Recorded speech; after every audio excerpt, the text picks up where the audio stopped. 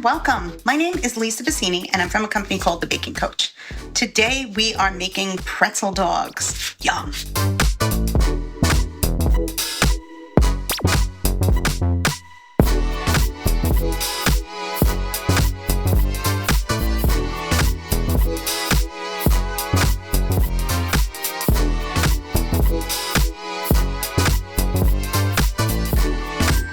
First thing we're going to start with is some water, as we will put in some yeast and some sugar, and we'll give that a quick little stir.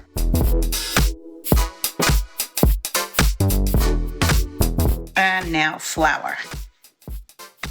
So I'm just stirring this up a little bit with a utensil. I used a craft stick, but then once it becomes ineffective, I always recommend just diving in and using your hands. Now with pretzel dough, the dough is a little on the sticky side, and that's because it's got a high sugar content. We'll mix this together. And when do you stop mixing? You stop mixing when you no longer see any type of flour hanging around your bowl. So I'm going to continue to mix this up. And as you can see, it's fairly simple. I'm using one hand.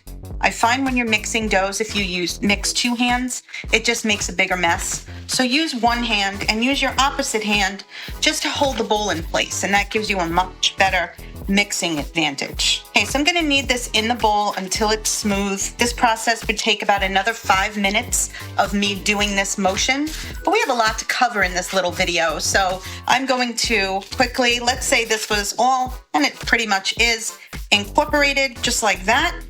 And we're gonna put a piece of clear plastic wrap over this bowl and let it rest for 45 minutes. Here we have in this bowl a batch that I made before that has sat for the duration of time of 45 minutes. So I'm gonna pull out some of this dough, and as you can see, it's just much more airy.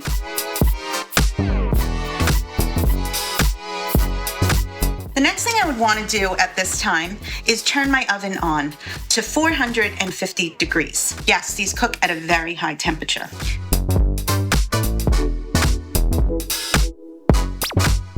So I'm going to take a small portion of dough, about walnut size, and you're going to roll the dough out.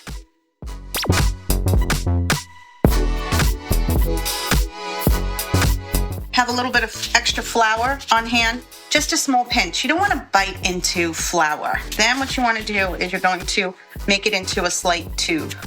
Now just using your hand, press down on it. You don't need a rolling pin, even though I have one here.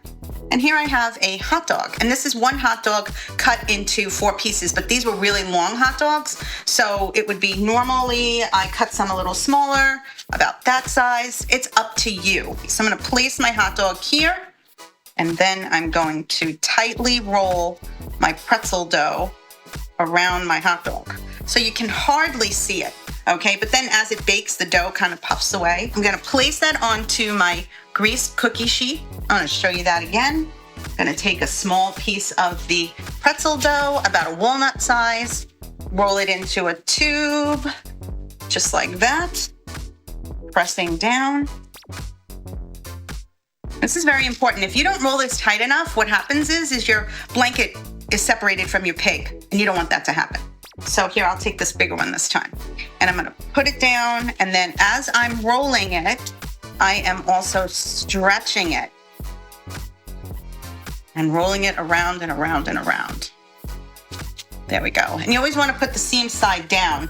If you have leftover pretzel dough, then go ahead and make some pretzels if you run out of hot dogs, or you could make little nugget bites. Those are always really nice. Sometimes people don't want the pretzel, so to speak. They just want the dough. I mean, they don't want the hot dog. You know what I meant. Go nice and tight and place that on my cookie sheet. You'd continue to do that until you either ran out of hot dogs or dough, and it's different amounts each time. So just make as many as you can. If it's a pack of 10 hot dogs and you cut this into 4 pieces, then depending upon how much dough you have, so it's kind of like a give and take situation.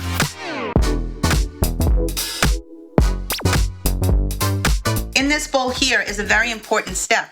This bowl contains some water, and the water is warm tap water. And to that, I'm going to add some baking soda. So you're just mixing these two together.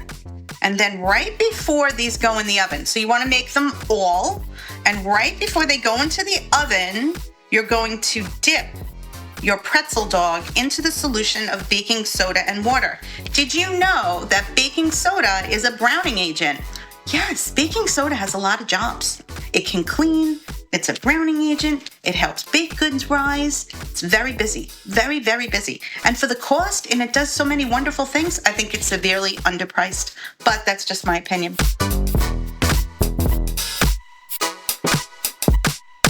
So you want to continue to put these into the oven, and what's going to happen, they'll start to brown and bake up. So you want to bake them for about, I'm thinking 10-15 minutes, but it depends upon the size. But what you're looking for are these pretzel dogs to turn like a really pretty golden brown color. You're gonna smell them and then check your oven.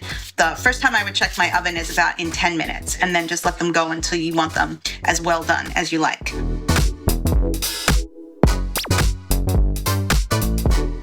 When they come out of the oven, you can melt some butter and brush the tops of the pretzel dogs with some butter, and then sprinkle some more kosher salt on them.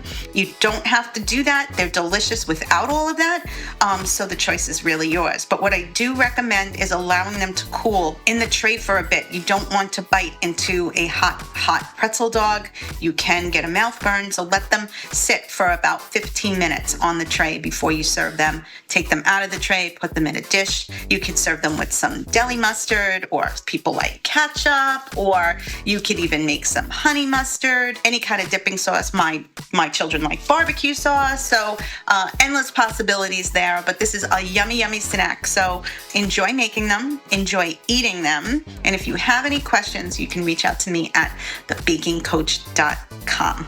All right, thank you so much. Bye-bye now.